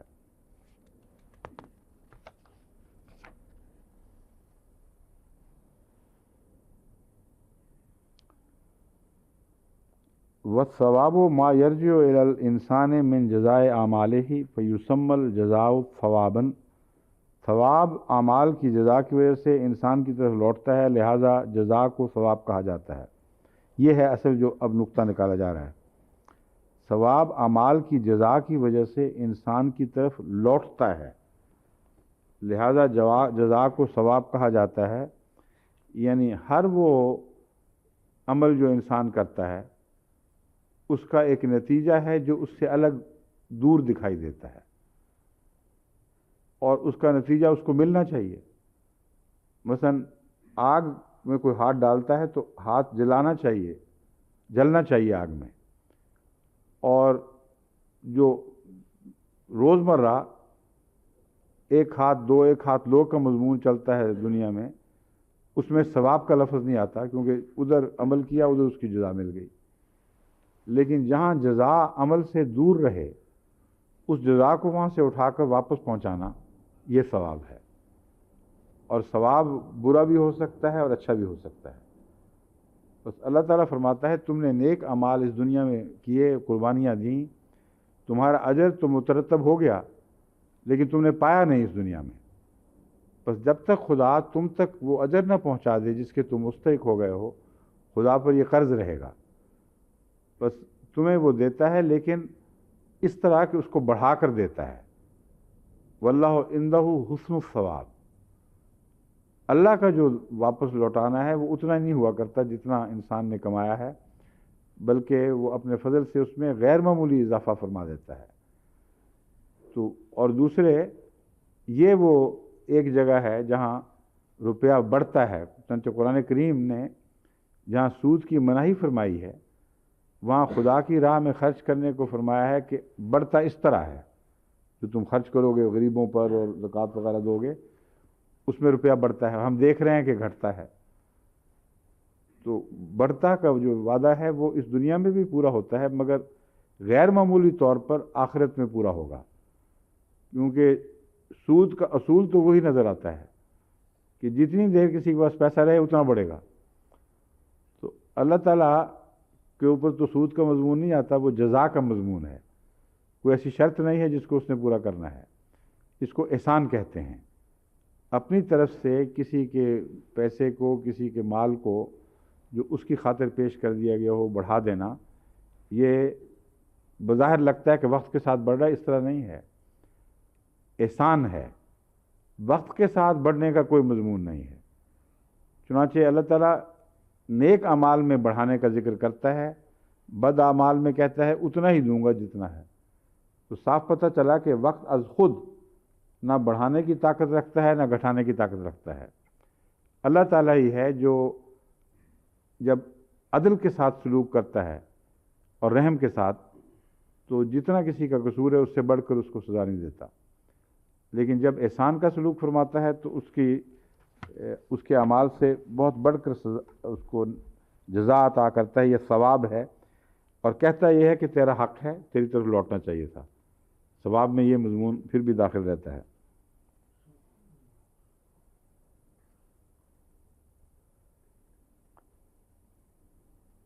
اس میں ہے بعضوں کو من بعض کی تشریح میں امام راغب لکھتے ہیں کہ ایک روایت یہ بھی ہے کہ عورتوں، ام سلمہ نے یہ سوال اٹھایا تھا کہ اجر میں، ثواب میں مردوں کا ذکر تو ملتا ہے، عورتوں کا کہیں نہیں ملتا، تو اس کے جواب میں اللہ تعالیٰ نے یہ آیت نازل فرمائی۔ اس سلسلے میں میں آپ کو پہلے بھی سمجھا چکا ہوں کہ نزول کے مضمون کو غیر معمولی طور پر اہمیت دے کر بہت سے مفسرین کی توجہ قرآن کریم کے دائمی مطالب سے پھیر دی گئی ہے، اور ایسی آیات جن کا تعلق ہمیشہ کے لیے ہے ان کو لگتا ہے کہ وقتی طور پر اس سوال ہو گیا تھا، جواب مل گیا، حالانکہ یہ مضمون دائمی ہے، اور قرآن کریم میں اس کے علاوہ بھی عورتوں کے نیکی کا ذکر ملتا ہے اور ان کے سزا جزا کا ذکر ملتا ہے۔ یا صرف یہی ہے؟ مجھے تو اور بھی یاد ہے، ہاں کئی جگہ قانتات، ہاں کئی جگہ آتا ہے۔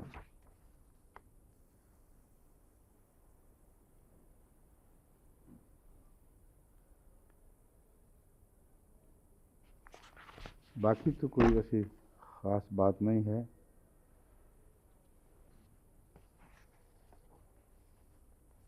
یہ بات امام راضی نے بھی لکھی ہے جو میں بھی سمجھانا چاہتا ہوں کہ یہ وہ اعمال ہیں جن کے ساتھ خدا کے وعدے کے پورا ہونے کی شرط لازم ہے۔ دراصل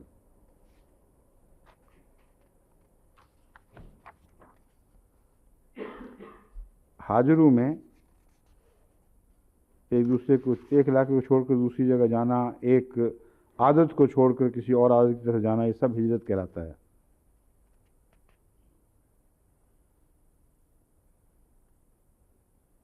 اور شیعہ ترجمہ قرآن میں لکھا ہوا ہے القرآن المبین فی تفسیر متقین ہوگا، جو بھی ہے اس میں لکھا یہ ہے کہ فالذین ہاجروا و اخرجوا میں حسب ذیل افراد مراد ہیں، صرف چند بس، باقی سب کا قصہ صاف ہو گیا۔ کہتے ہیں ایک حضرت امیر المومنین علیہ السلام، ایک حضرت سلمان فارسی، اور ایک حضرت ابو ذر غفاری، اور اوذو فی سبیل اللہ سے مراد عمار بن یاسر ہیں۔ بس یہاں ایک مختصر قصہ اسلام کا ختم ہوا، وعدے پورے ہو گئے۔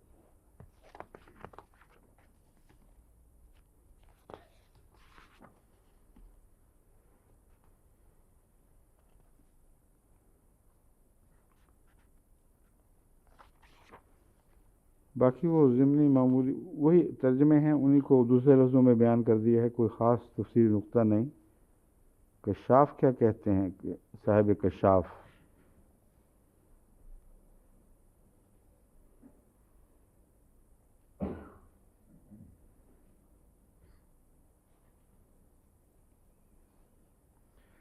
کہتے ہیں اس میں سست افراد جو ثواب کے متمنی رہتے ہیں ان کو تنبیہ ہے کہ اگر یہ کام کرو گے تو ثواب ملیں گے، ورنہ نہیں۔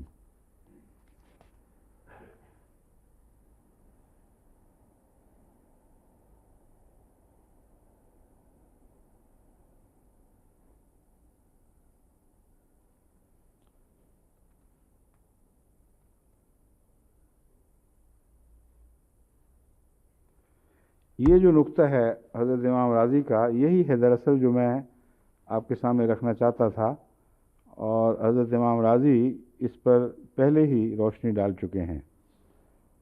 وہ ہے لَأُكَفِّرَنَّ عَنْهُمْ سَيِّئَاتِهِمْ، یہ یاد دلا رہا ہے اس دعا کو جو پہلے گزر چکی ہے، فاغفر لنا ذنوبنا وکفر عنا سیئاتنا۔ تو یہ بہت ہی اہم نقطہ ہے جس کو سمجھنا ضروری ہے۔ میں دوبارہ واپس آ کر اس بات کو کھول کے پیش کروں گا۔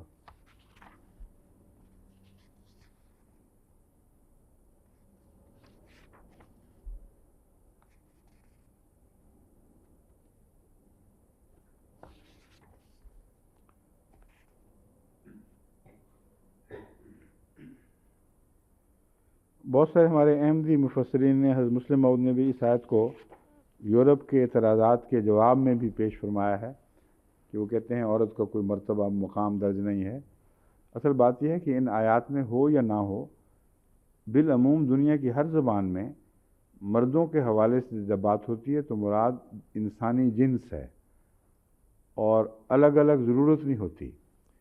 یہ جنون اب شروع ہوا ہے کہ مردوں کے نام سے جب تم عورتوں کو بھی داخل سمجھتے ہو تو ان کی بےزتی ہے، اس لیے چیئر مین کی بجائے چیئر وومن کی بجائے چیئر پرسن کہنا چاہیے کہ دونوں شامل ہو جائیں۔ تو یہ بےہودہ لغو اعتراض ہے۔ یہ آیت اس طرح نہ بھی ہوتی تو مسلمہ دنیا کا اصول ہے، تاریخ انسانیت جس پر گواہ ہے کہ جوں جوں انسان نے ترقی کی ہے اس میں حوالہ جنس انسانیت کی طرف دیتے ہوئے مرد کا دیا گیا ہے اور عورت کو اس میں شامل سمجھا گیا ہے، اس سے الگ نہیں سمجھا گیا۔ تو قرآن کریم نے کھول بھی دیا، کیونکہ صرف اس لیے نہیں کہ حضرت سلمہ نے، ام سلمہ نے سوال اٹھایا تھا، بلکہ آئندہ لوگوں نے چونکہ ایسی گفتگو کرنی تھی اس لیے قرآن کریم نے یہیں اس مضمون کو کھول دیا۔ یہ جارج سیل بھی ام سلمہ کی روایت بیان کرتا ہے، یہ اس لیے تھا۔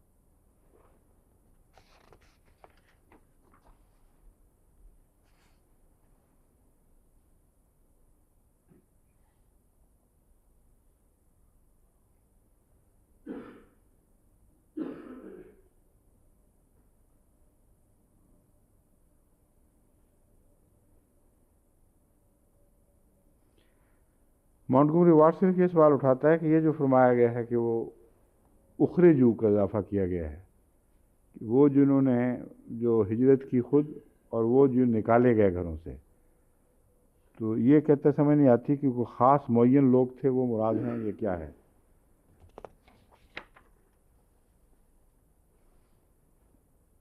سب سے پہلے تو ہجرت کرنے والوں کو ذکر ہے، اس میں نکالے گئے کا نہیں، مگر اس میں مفہوم نکالے گئے کا دراصل پس منظر میں شامل ہوتا ہے۔ آن حضرت صلی اللہ علیہ وآلہ وسلم کو مکے سے نکالا ہی نہیں گیا بلکہ روک کر قتل کرنے کے ارادے سے گھیرا ڈالا گیا تھا۔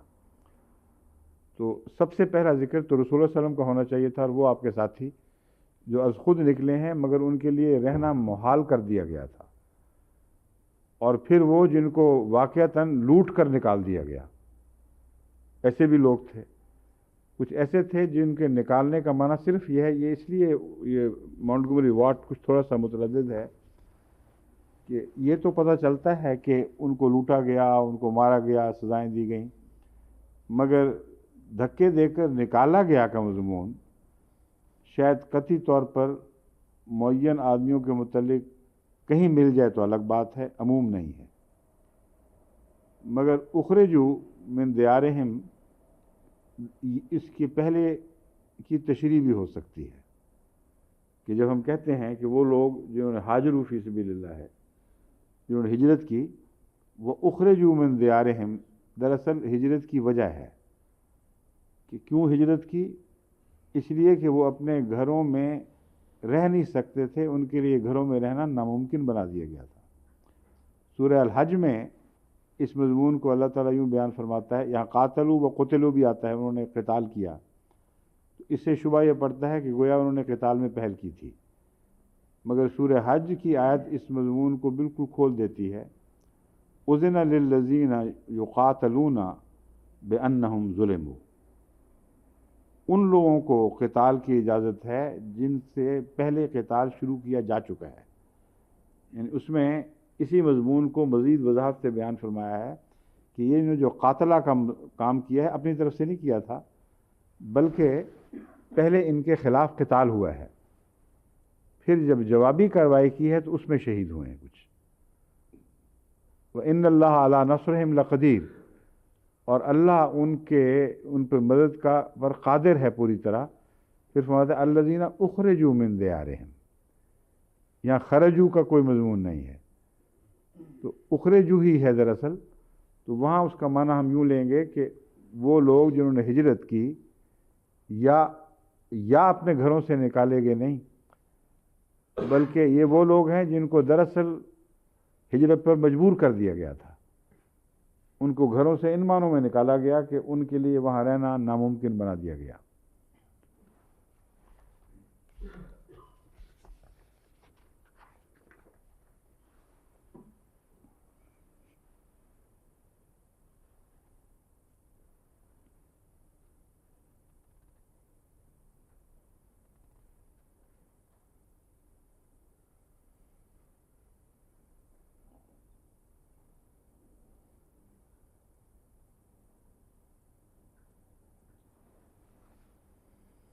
یہ اب ویری صاحب حسب عادت ایسی دور کی جہلانہ کوڑی لاتے ہیں کہ آدمی حیران رہ جاتا ہے.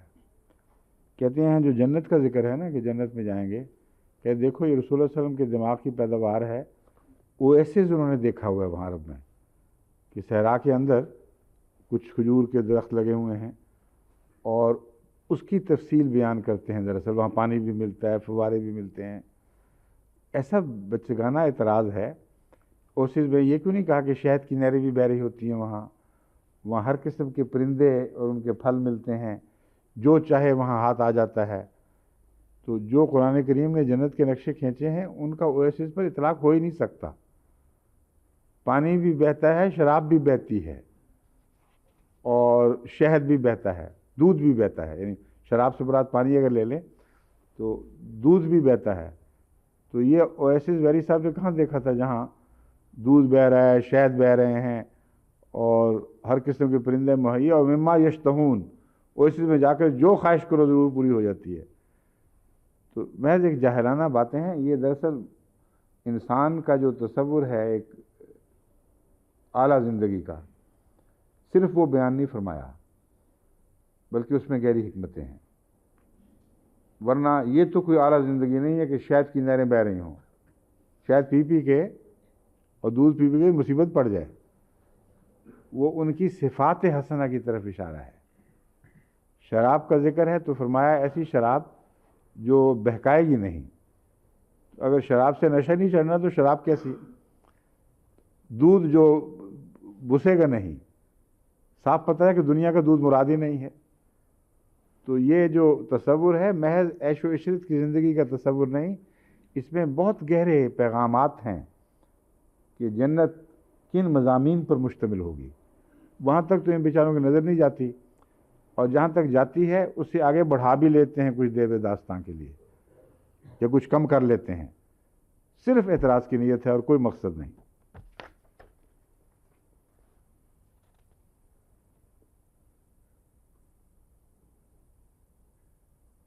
کہتا ہے یہ تو ثابت ہو گیا قطعی طور پر کہ the joys of the Muslim heaven are carnal، کہ مسلمانوں کی جو جنت ہے اس کی جوائز یقینی طور پر مادی ہیں. جبکہ قرآن کریم کھلم کھلا اس کا انکار فرما رہا ہے. کہتے ہیں کسی آنکھ نے نہیں دیکھا، وہ تصور بھی نہیں تم باندھ سکتے وہ کیا چیز ہے. اور زندگی جس صورت میں ہم تمہاری زندگی اٹھائیں گے کوئی شخص نہیں جانتا کہ کس شکل میں وہ اٹھایا جائے گا. تو ان واضح بیانات کے باوجود کسی کا یہ اصرار کرنا، اس کو کیا کہہ سکتے ہیں آپ؟ اب اس آیت کا جو تشریح ہے وہ میرا خیال آپ ختم کر کے اس کو مکمل کر کے پھر جاتے ہیں، ورنہ پھر آگے ایک دن رہ جاتا ہے ہمارے پاس. یہ صورت تو ختم ہوتی دکھائی نہیں دیتی، شاید ہو جائے. فاستجاب لهم ربهم انی لا اضیع عمل عامل منکم من ذکر و انثی. اللہ نے ان کی دعا قبول فرما لی.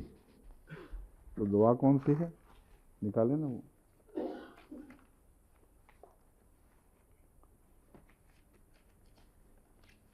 یاد تو ہے، میں ویسے پڑھ دیتا ہوں. چلیں. اننا سمعنا منادیا ینادی للایمان ان آمنوا بربکم فآمنا ربنا فاغفر لنا ذنوبنا وکفر عنا سیئاتنا وتوفنا مع الابرار. اس میں دو پہلو ہیں قبولیت کے. ایک وہ جو گزشتہ گناہ تھے ان کو بخش دے. فرمایا وہ تو بخشش ہوئی، نئی سلیٹ شروع کر دی. تو نے بیعت کی، توبہ ہو گئی، بات ختم ہوئی.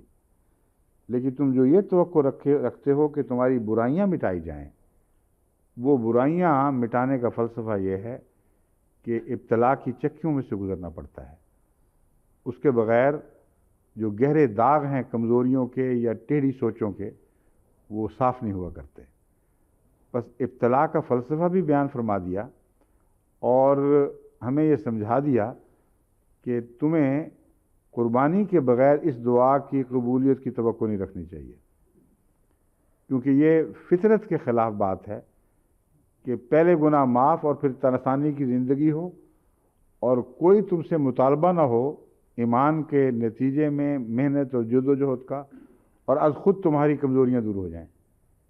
یہ تصور باطل ہے. اور وہ علماء جو یہ کہتے ہیں کہ مہدی آئے گا تو از خود سارا عالم اسلام کی برائیاں دور ہو جائیں گی، آنن فانن، ان کے عقیدے کو جھٹلاتا ہے یہ قرآن کا پیغام.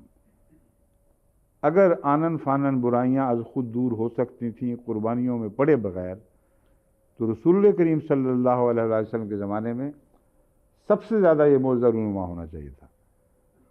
مگر آپ کے وقت میں تو اللہ فرماتا ہے کہ یہ کام کیے انہوں نے.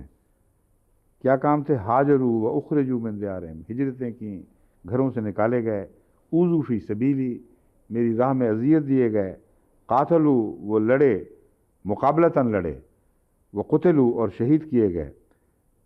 ان لوگوں کے متعلق میرا وعدہ ہے، لا اکفرن عنہم سیئاتہم، میں یقیناً ان کے گناہ بخش دوں گا، نہ ان کی برائیاں دور فرما دوں گا.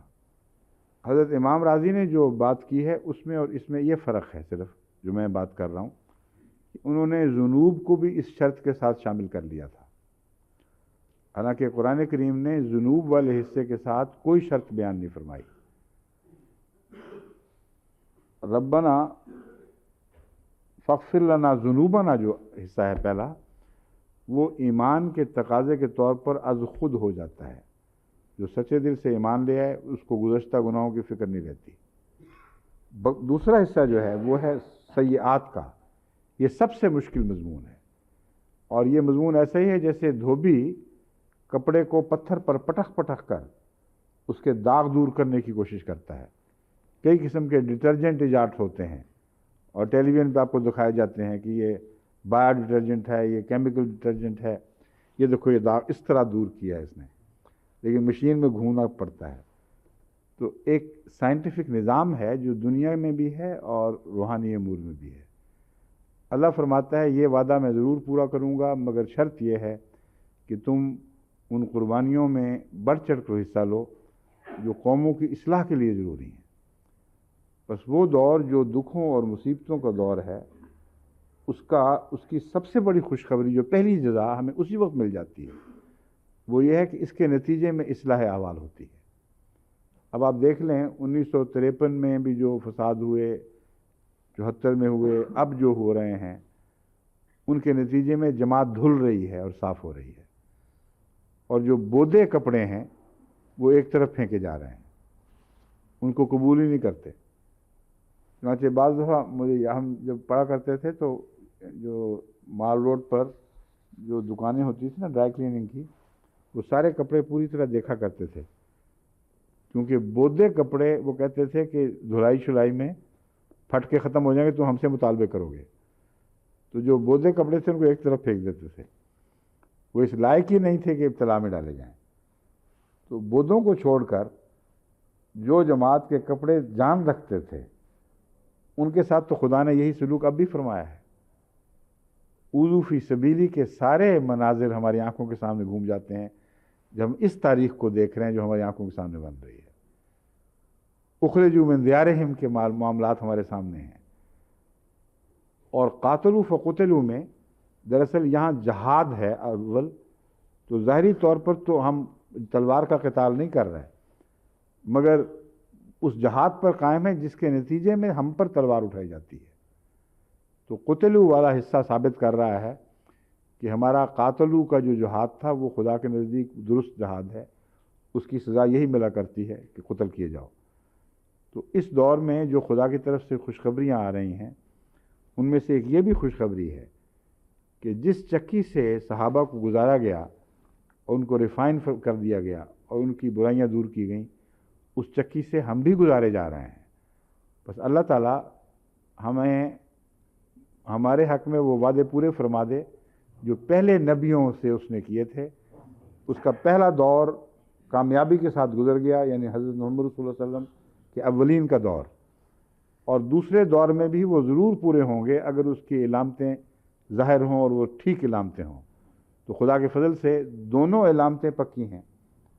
ہماری حقیر معمولی قربانیاں ایک طرف ہیں اور بے شمار خدا کے فضل دوسری طرف۔ تو وعدے کے ایفاء کے دور میں ہم بھی داخل ہوئے اپنی کمزوریوں کے باوجود، اور اللہ تو بڑی شان کے ساتھ آسمان سے وہ وعدے پورے فرما رہا ہے۔ اللہ اس دور کو ہمیشہ آگے بڑھاتا چلا جائے ترقی کے راستے میں، اور مزید اسلام کے غلبے کے دن ہم اپنی آنکھوں سے دیکھیں۔